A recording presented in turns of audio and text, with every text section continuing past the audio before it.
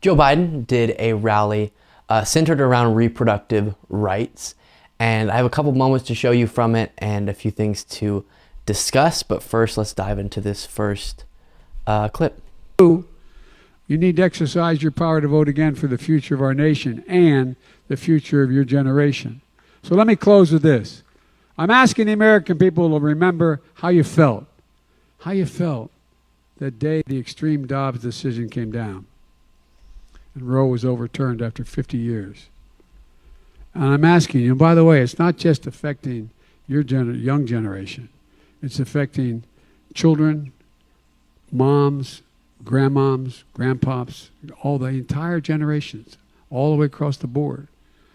And I remember asking, I want you to remember that the final say does not rest in the court now.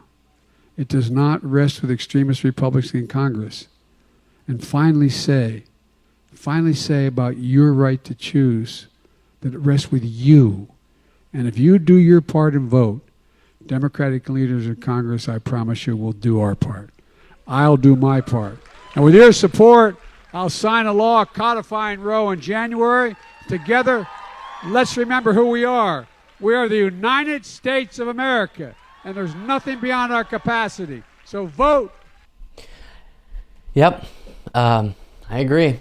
The way we're going to protect those rights is to vote. One more moment, and then an interesting discussion around this to get into. Kevin McCarthy, the Republican leader of the House, has said that if they take control of the House, our work is, quote, far from done. He wants the United States Congress to pass a law that would ban abortion nationwide. Senator Lindsey Graham called for an abortion ban that criminalizes doctors and nurses who provide medical care for their patients in need. If Republicans get their way with a national ban, it won't matter where you live in America. So let me be very clear. If such a bill were to pass in the next several years, I'll veto it. Yes, and that is expected. He will veto this. So it's crucial. This is absolutely so crucial in the midterms for people to think about and for them to be encouraged to go vote because we're talking about rights here. And the Supreme Court is no longer protecting those rights, or their past ruling is no longer protecting those rights. And so it's going to be up to Congress, to the Democratic Party, to make that happen. Now, a moment occurred on MSNBC where Nancy Pelosi is asked, listen, you're talking all about this and Joe Biden's talking all about this. Why haven't the Democrats already codified this into law? And I want to show you this because it's the question that comes up a lot in regard to this conversation. President, wait till now to make this major push for what he says will be a post-election call for a fast track on abortion rights nationwide, because the House passed it in the fall after Texas. The Senate failed to win the vote in the spring. Why didn't the president really push for that last fall when outrage over the draft opinion showed the handwriting was on the wall? Well, the president has been a very strong supporter of a woman's right to choose. In your preview, you said, why is he waiting until after the election instead of doing it now? We don't have 60 votes in the Senate. If we could get 2 more. You don't think he could have pushed harder on the Senate last spring? You think we would have gotten 10 Republican votes? You think we would have gotten 10 Republican votes? Oh, come on.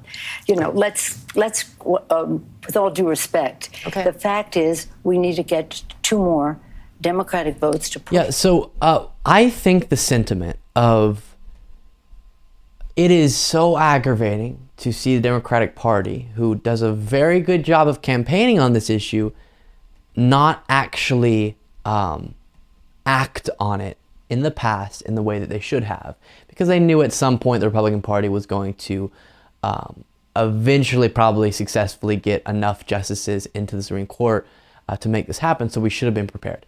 And that criticism is 100% true. I don't think the criticism that Joe Biden should have made this happen as president is realistic, because as she highlights, listen, there's not the votes right now. There just isn't. I'm sorry. But there have been, in my estimation, the votes, or at least you were closer at past times, even when Nancy Pelosi was in political relevance when that had a better shot. Right now it's 50-50 in the Senate. That's just brutal to make this type of thing happen. But what you would have to see is a few more senators get into this Democratic majority and create a carve out from the filibuster, of course, that causes a situation where you have to get the 60 votes. So you can create a carve out and make it to where codifying Roe v. Wade only has to be passed on a 50 vote margin, and then it would be possible.